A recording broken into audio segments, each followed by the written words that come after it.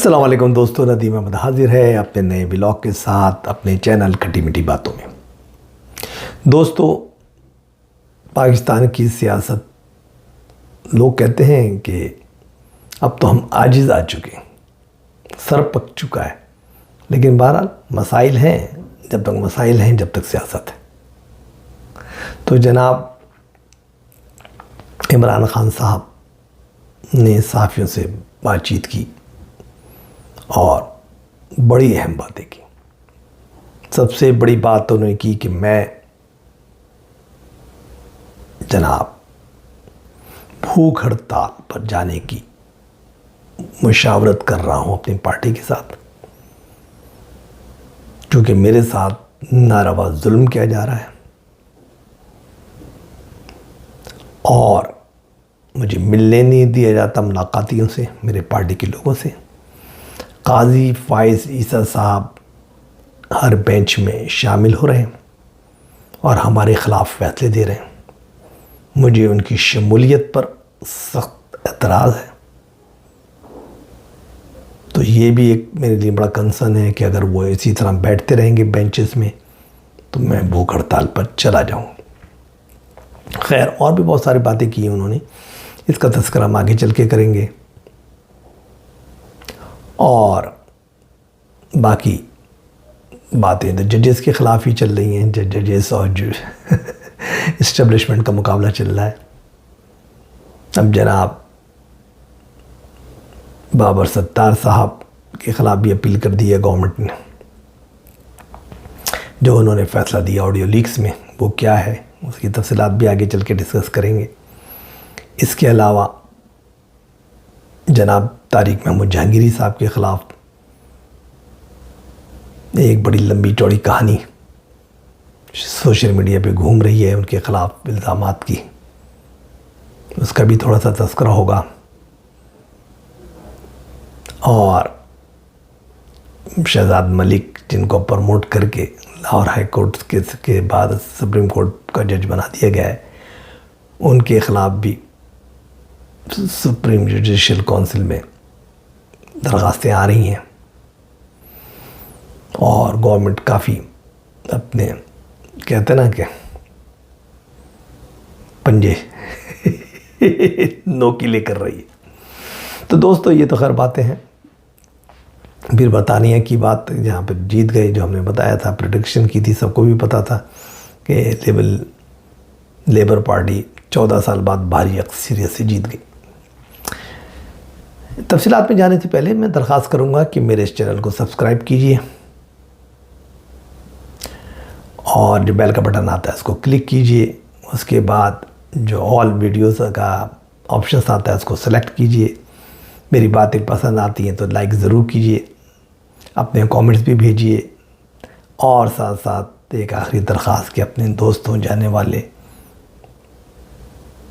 رشتہ داروں، اہل محلہ، سب سے میرے اس چینل کو شیئر کیجیے۔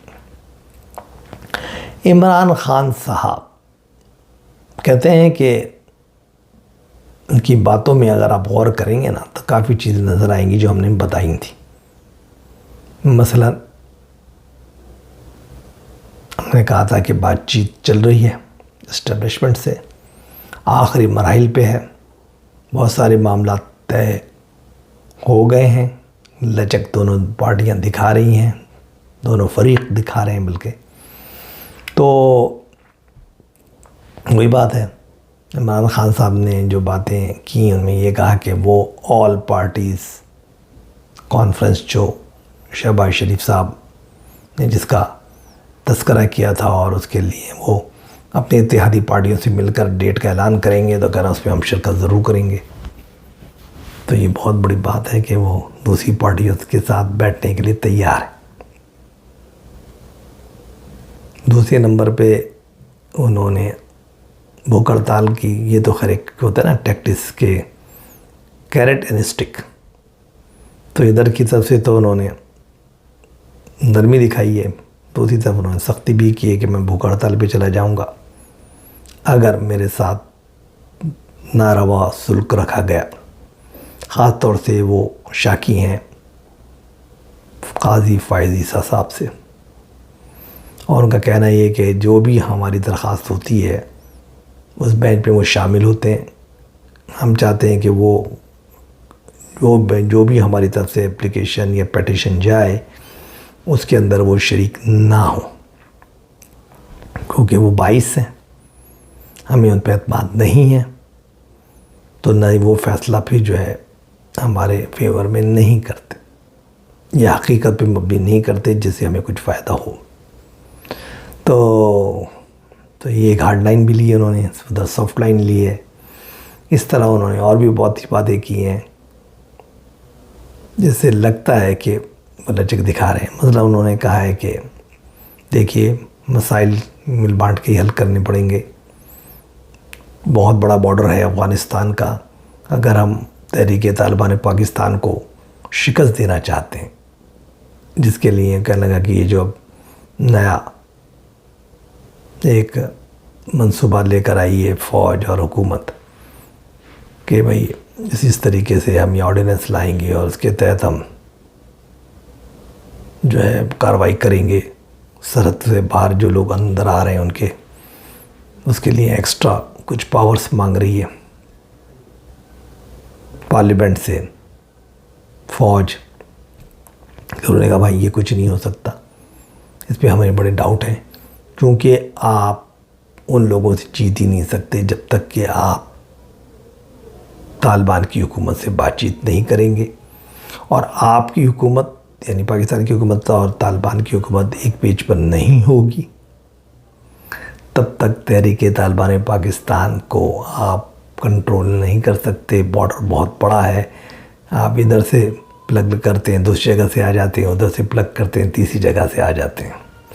لہذا جو بھی آپ کارروائی کرنا چاہتے ہیں وہ کریں، کیونکہ ہم اس پہ ہمیں شکوک ہیں کہ جو آرڈیننس یہ لانا چاہ رہے ہیں اور جو یہ تھوڑا سا پارلیمنٹ سے اپروو کرانا چاہتے ہیں اس کی مخالفت اس لیے کر رہے ہیں کہ وہ ان کے نام پر کہ جو در انداز اندر آ رہے ہیں ہمارے کارکنوں کو اور ہمارے خلاف اور گورنمنٹ کے خلاف بھی جو بھی لوگ ہیں اسٹیبلشمنٹ کے خلاف، ان کے خلاف ان قوانین کا استعمال کریں گے. تو اس کے علاوہ بہت ساری باتیں ہیں کہ بتائی کہ ان کو سوچنا چاہیے کہ اقوام متحدہ کیا کہہ رہی ہے اور امریکہ کی سینیٹرز کس انداز سے سوچ رہے ہیں. تو اس لیے اور انہوں نے کہا کہ میں بات چیت کیا کروں، ہم نے تو فیصلہ دے دیا، 8 فروری کو ہم جیت چکے تھے اور جیت چکے ہیں، لیکن ایک فراڈ کر کے جعلی نتائج بنا کر ایک کٹ پتلی حکومت کو بنا دیا گیا ہے. تو ان سے مذاکرات کا کوئی فائدہ نہیں ہے کیونکہ یہ تو ختم ہے. خیر یہ ان کی باتیں تھیں جس میں جو پازیٹیوٹی بھی نظر آئی اور کچھ تھوڑی تلخی بھی اور سختی بھی نظر آئی. باقی انہوں نے ایک نصیحت بھی کی اپنے لیڈران سے کہ وہ اختلافات جو ہیں ان کو پارٹی کے اندر رکھیں، پبلک میں نہ کریں، اور جو مسئلے حل نہیں ہوتے وہ میرے پاس آ جائیں لیکن پبلکلی ان کو ڈسکس نہ کریں. تو یہ ہیں وہ باتیں. پتہ کیا چلتا ہے؟ پتہ یہ چلتا ہے کہ مذاکرات آلموسٹ کامیاب ہو رہے ہیں. پریشانی اب نواز شریف اور شہباز شریف کو ہے کہ ان کی حکومت اتنی گالیاں کھا کر پنجاب میں اپنا بیڑا غرق کر کے پارٹی کے اساس ختم کر کے مشکل حالات میں اسٹیبلشمنٹ کا ساتھ دے کر مشکل ترین فیصلے IMF کے ساتھ کر کے گھر جانے والی لو خدائی ملانا وصال صنم، ادھر کے رہے نہ ادھر کے رہے. جی ہاں، تو ایسا تو ہوتا ہے ایسے کاموں میں. برطانیہ کی مثال آپ کے سامنے کہ جناب 14 سال سے برسر اقتدار تھی کنزرویٹو پارٹی، بڑی مقبولیت تھی. لوگ لیفٹ کی پارٹی لیبر پارٹی جو کہ لیفٹسٹ ہے، بائیں بازو کی ہے، اس کو نہیں لانا چاہتے تھے پاور میں، ان کے ساتھ رہے، ان کو پاور دیتے رہے. لیکن جو اقتصادی بحران آیا خاص طور سے کووڈ-19 کے دوران اور اس کے بعد، اس سے وہاں کی اقتصادی حالات بہتر نہیں ہو سکے، مہنگائی بڑھتی چلی گئی، بےروزگاری بڑھتی چلی گئی، اور جو امیگرینٹس وغیرہ بھی جو یورپ کے ادھر سے آتے ہیں ان کو بھی کوئی کنٹرول نہیں ہو سکا ان کی آمد پر۔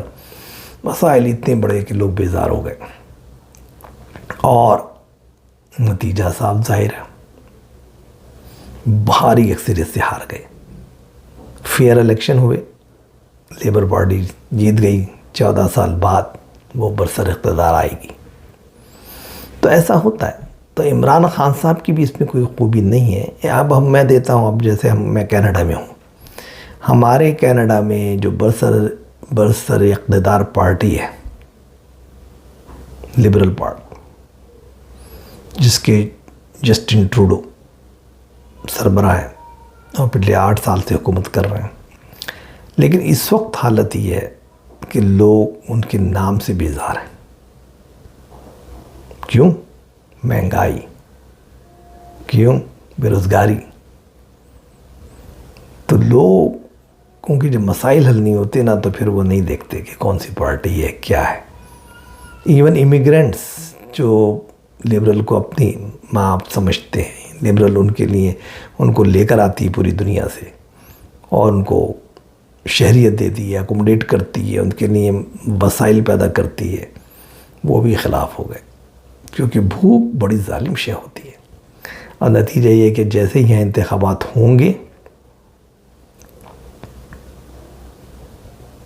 تو جناب کنزرویٹو پارٹی، پی سی، پروگریسو کنزرویٹو پارٹی، جو یہاں کی رائٹسٹ پارٹی ہے، دائیں بازو کی پارٹی ہے، امیگرینٹس کے بہت خلاف ہے پارٹی، پیور گوروں کی سوچ کی پارٹی، وہ برسر اقتدار آ جائے گی۔ اسی طرح ہر جگہ یہ ہو رہا ہے۔ اقتصادی مسائل نے برسر اقتدار لوگوں کی چولہے ہلا دی۔ اس کا مطلب یہ نہیں ہے کہ جو لوگ آئیں گے پاور میں کہ وہ مسئلے حل کر دیں گے، ایسا نہیں ہے۔ بس وہ انسان تبدیلی چاہتا ہے کہ یار اس کو دیکھ لیا، دوسرے کو دیکھتے ہو سکتا ہے کچھ کر دے۔ تو اسی طرح عمران خان صاحب کی بھی بات ہے کہ وہ ہٹے، جب تک وہ پاور میں تھے اقتصادی مسائل حل نہیں ہو رہے تھے، پریشان تھے، یہ تھے وہ تھے، اور لوگ ان کے خلاف تھے۔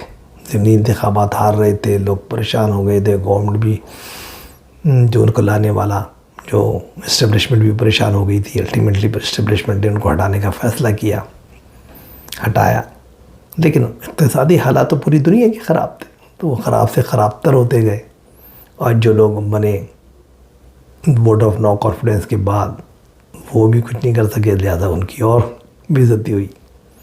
اس کے بعد نگراں حکومتیں بنیں، وہ بھی کچھ نہیں کر سکیں، اور اب یہ حکومت جو جالی جولی مطلب جو انتخابات ہوئے 8 فروری کے، تو عوام نے کہا کہ یار یہ تو پہلے 3 مہینے تو ویسے رہ لیے، اور 3 مہینے یہ رہ لیے، 6 مہینے تو ہو گئے ووٹ آف نو کانفیڈنس کے بعد، اور پلس اس کے بعد جو نگراں حکومت بنی ہے۔ تو نتیجہ ہے لوگوں نے کہا یار کیا بکواس ہے یار، اس سے بہتر تو چلو اس وقت تو جو کچھ 100 روپے میں کچھ چیزیں مل جاتی تھی، اب تو وہ 200 میں بھی نہیں ملتی، حالانکہ یہ 200 سے بھی زیادہ بدتر ہے۔ حالانکہ مقصد یہ نہیں ہے، مسئلہ یہ نہیں ہے، مسئلہ جو ہوتا ہے وہ ہوتا ہے انٹرنیشنل مسائل، اور پاکستان میں تو انٹرنیشنل مسائل کا ڈبل ایفیکٹ پڑتا ہے، اس لیے کہ یہاں تو لوٹ کھسوٹ ہے، عوام کی تو کوئی سوچتا نہیں، ایلیٹ کلاس برسر اقتدار ہے۔ اب دیکھو مسائل تو انڈیا میں بھی آئے، لیکن دوبارہ مودی جیت گئے، حالانکہ بدترین حالات میں وہاں ان کو جیتا نہیں تھا، لیکن انہوں نے کسی بھی طریقے سے، ٹھیک ہے ان کی میجورٹی کم آئی، وہ سمجھتے تھے بہت زیادہ سیٹیں لائیں گے، لیکن ایسا نہیں ہوا، کیونکہ حالات کا فرق ہے، لیکن وہ بچا گئے اپنے آپ کو۔ تو بعض حکومتیں بچا جاتی ہیں جنہوں نے تھوڑے بہت بہتر کیے ہیں اقدامات، جو غریب عوام کا سوچتی ہیں، لیکن وہ حکومتیں جو صرف اپنا سوچتی ہیں، لوٹ کھسوٹ کرتی ہیں، ایلیٹ کلاس کو زندہ رکھتی ہیں، ان پہ کوئی ٹیکس نہیں لگاتے، یہ نہیں لگاتے، فنڈ بانٹتے ہیں، یہ بانٹتے ہیں، ایم این ایز میں، ایم پی ایس میں ایک طوفان ہے۔ تو وہ پھر اسٹیبلشمنٹ کی باتیں، اسٹیبلشمنٹ کے جو بھی مطلب شامل گروپ ہے، اس کے اندر بیوروکریسی ہے، باوردی، بے وردی ہیں، وڈیرے ہیں، جاگیردار ہیں، بڑے بڑے سرمایہ دار ہیں، سردار ہیں، وہ سب مل کے تو پھر اپنے آپ کو بچا لیتے ہیں کہ ہمارے مفادات پہ ضرب نہیں آنی چاہیے. غریب کا پیٹ کاٹو، غریب کو مارو، غریب پہ وزن ڈالو. تو یہی ہوتا ہے جو ہو رہا ہے. تو اب یہ حکومت کی تو یہ حالت ہے کہ 8 فروری کو بھی یہ ختم ہو چکے تھے، اور اب مزید اگر انتخابات اب کرانے جاتے ہیں تو یہ 0/0 ہی ہو جائیں گے. 0/0. جو ان کی اپنی سے، اب دیکھو شہباز شریف ہار رہے ہوتے، نواز شریف دونوں جگہ سے ہار گئے تھے. تو یہ تو لوگ بیزار ہیں. تو اس میں عمران خان صاحب کا بہت بڑا کرشمہ نہیں ہے. وہ کہتے ہیں کہ پتیوں کا بکھرنا تھا، پھول کا مقدر ہی تھا، لیکن اس میں کچھ سیاست ہواؤں کی بھی تھی. تو ظاہر ہے کہ فائدہ تو انہیں ملے گا کہ وہ تو بیان جو اپوزیشن میں بول رہے عوام دے گا، تو لوگ کو کچھ تو الٹرنیٹ تو چاہیے. تو وہ کہتے ہیں یار وہی صحیح تھا. تو یہ نتیجہ یہ ہوتا ہے کہ جو برس سر اقتدار گروپس ہوتے ہیں وہ برباد ہو جاتے ہیں اگر وہ صحیح طریقے سے اپنے آپ کو بچائے نہیں. مودی کی مثال ہے، انہوں نے بچا لیا. ایون ڈیموکریٹس کی مثال ہے. امریکہ میں ڈیموکریٹس کافی پاپولر ہے کیونکہ انہوں نے انفلیشن کو روکا ہے، مہنگائی کو روکا ہے، بے روزگاری کو روکا ہے. بہت طریقے سے انہوں نے بیلنس کیا ہے چیزوں کو. یہ اور بات ہے کہ اگر کوئی پرابلم آتی ہے ان کو الیکشن جیتنے میں تو وہ صرف شخصی پرابلم ہے. اب وہ پرابلم ہے جو بائیڈن کی عمر رسیدگی، بہت زیادہ عمر رسیدہ ہو گئے ہیں. عمر رسیدہ ہونا کوئی اتنا مسئلہ نہیں ہے، لیکن یہ ہے کہ وہ اتنے صحت مند نہیں ہیں، لہٰذا ان کو بھول جاتے ہیں. ایکشنز ان کے عجیب و غریب ہونے لگتے ہیں، خلا میں باتیں کرتے ہیں، ایک جہاں کھڑے لوگوں کے ساتھ دوسری اپوزٹ ڈائریکشن میں چلنے لگتے ہیں. تو بہت ساری ایسی باتیں ہیں جس کی وجہ سے وہ شخصیت ناپسندیدہ ہو گئی ہے. ڈیموکریٹس پارٹی ناپسندیدہ نہیں ہے. آج کوئی سی اچھی شخصیت کو کر دیں تو بھاری اکثر سے وہ جیتیں گے.